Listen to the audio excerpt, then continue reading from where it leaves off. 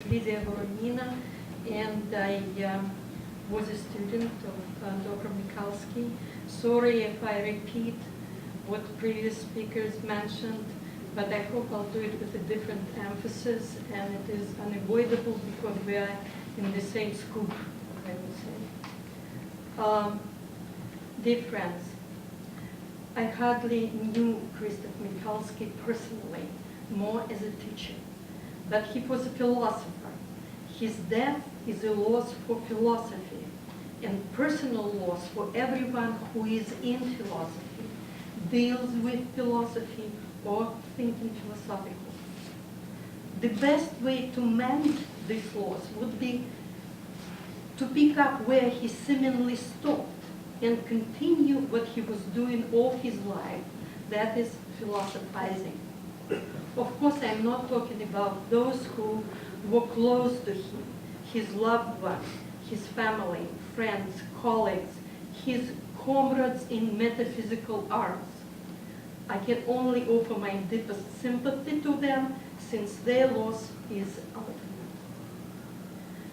What we are left with now is his heritage, which embraces his method and manner of teaching philosophy, books and articles he wrote, projects he started, and institutions he created.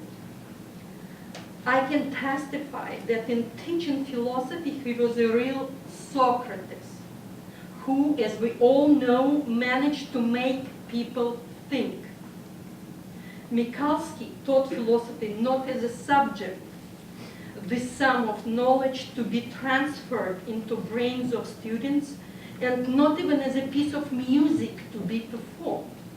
In class, he demonstrated thinking in action, seducing students into paradoxes, challenging them with shocking arguments, and engaging them existentially.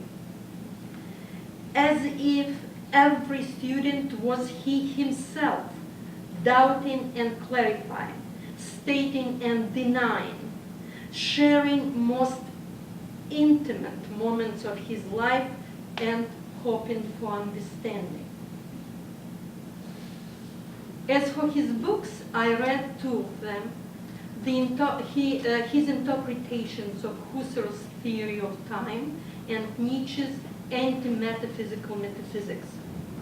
The first one felt like a ghost reading for me because it carried me back 30 years ago when I was writing my dissertation on the very same topic, the constitution of the meaning of time in human consciousness. Though our approaches and conclusions were different, I am still amazed that two people on the opposite sides of the planet were interested in the same thing at the same time, not knowing about each other's existence. This puzzles me as something that suggests that our thinking is determined not only by our personal choice. That will keep my mind occupied for a long time in the future. I read his second book, The Flame of Eternity, last year, right after it came out. It was very amusing and exciting reading because the text sounded like a counterflow to what Nietzsche himself has been stating almost in all his works, and what his thousands of critics have been repeating after him: God is dead. Michalski interpreted Nietzsche's anti-Christian sentiment as his rejection of any pre-given metaphysical sense of God.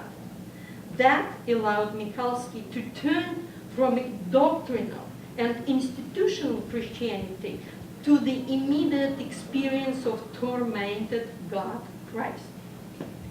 If people 20 centuries past are able to feel Christ on the cross alive, his wounds bleeding, and his anguish tangible, and if their hearts are burned with the flame of his sacrifice, they gain the experience of God's eternal life and care.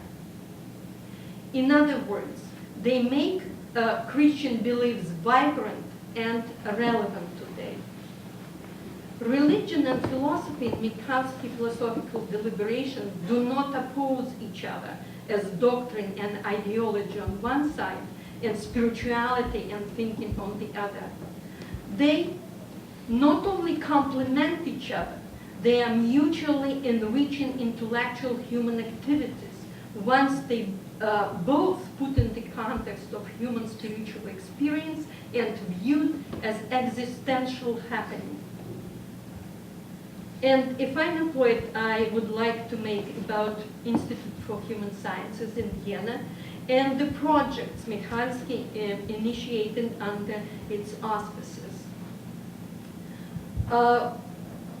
Though philosophy is known in the Western tradition mainly as solitary intellectual pursuit, Michalski again beat the odds here. The institution he helped to create is unique.